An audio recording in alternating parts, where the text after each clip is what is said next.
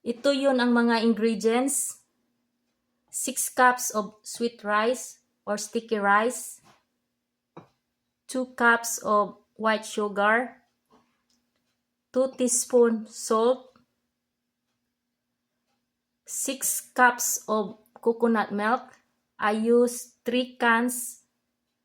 Tapos, nag-add ako ng a little bit of water na magiging 6 cups siya. Tapos, 1 can of coconut cream. Then, we're gonna add some ginger to add more flavor.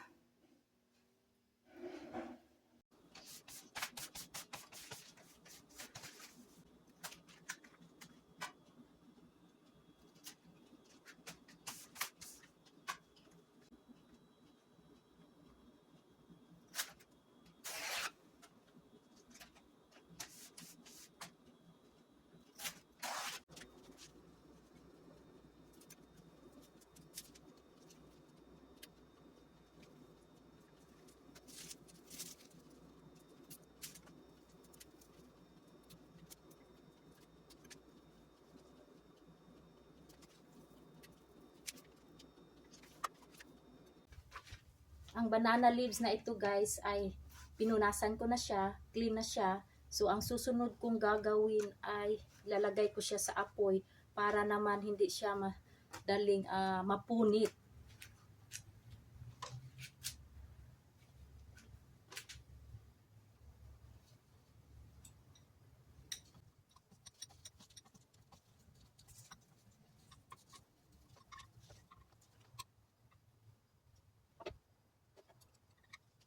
So, ito na ang result niya.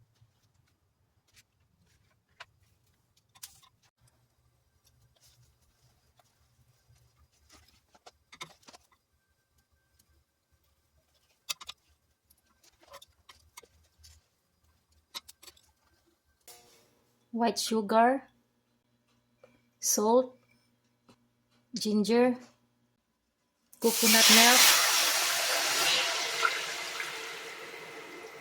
coconut cream. Hugasan natin yung sweet rice.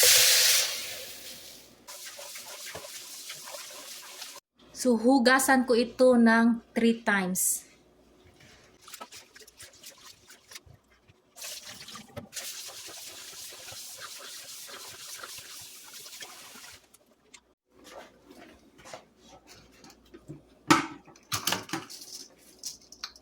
No more water. Turn it back on. Kailangan natin siyang i-mekos-mekos para hindi siya magdikit. So, antayin natin siya na kumulo bago natin ilagay yung sticky rice. Nilagay ko ito sa high heat. So, kumulo na siya. So, pwede na natin ilagay yung sweet rice. So, ito yung nahugasan ko na.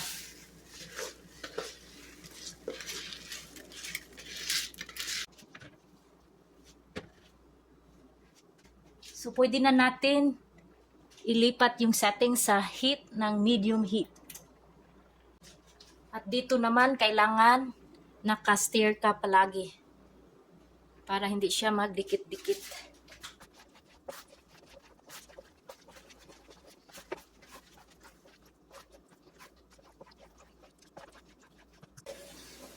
So, malapit na siya. After this na malamig na siya, ibalot natin siya sa dahon. Tapos, steam natin. So, nakikita ninyo. Sumasama na yung sticky rice. Tingnan ninyo. Ito mga 20 minutes luto nito. Aantayin na lang natin na magiging malamig na siya bago natin balutin. Ibabalot na natin siya sa banana leaves. Mga 2 kutsara. Malalaking kutsara.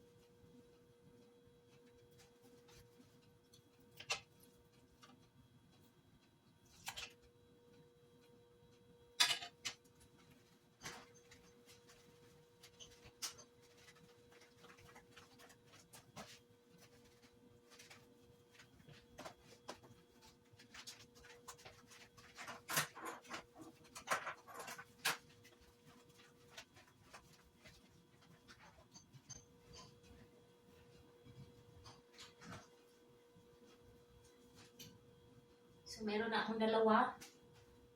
Tapos, talian natin.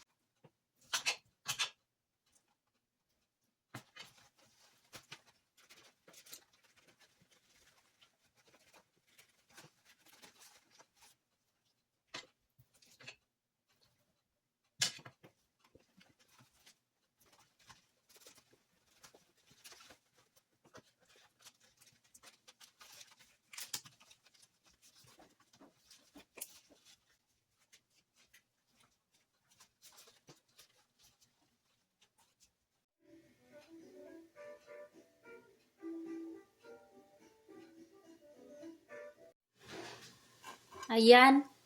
Ready to steam na siya. So, kailangan boil na yung water bago ninyo ilagay itong budbud. So, malaki yung budbud na ginawa ko, guys.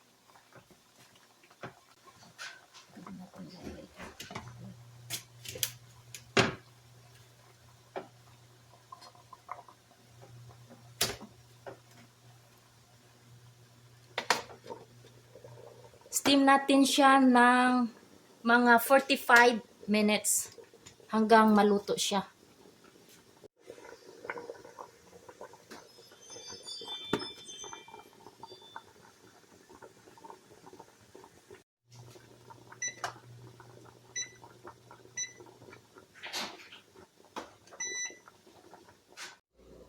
Okay, it's been 55 minutes. This is ready to take it out. Tikman natin.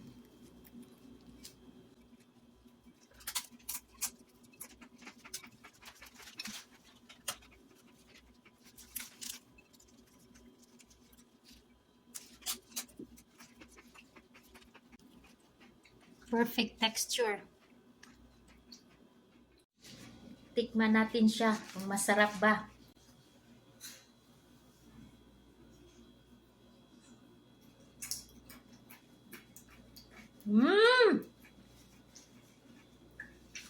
Dami. Tastes good. Perfect budbud, Bisaya style.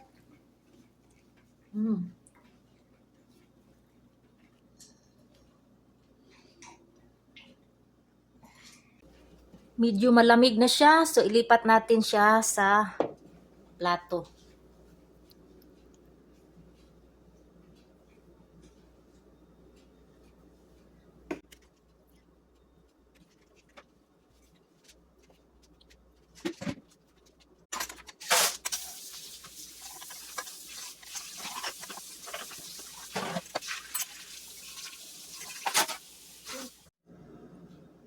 Look at this! I got 14 budbud Bisaya style.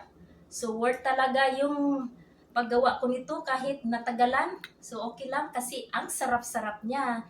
Ayan, ipatikim ko ito sa grandson ko at saka sa daughter-in-law ko na bibisita ngayong New Year. So ito yun ang ipapakain ko sa kanila. Tradisyon Pilipino! Ay kabaw!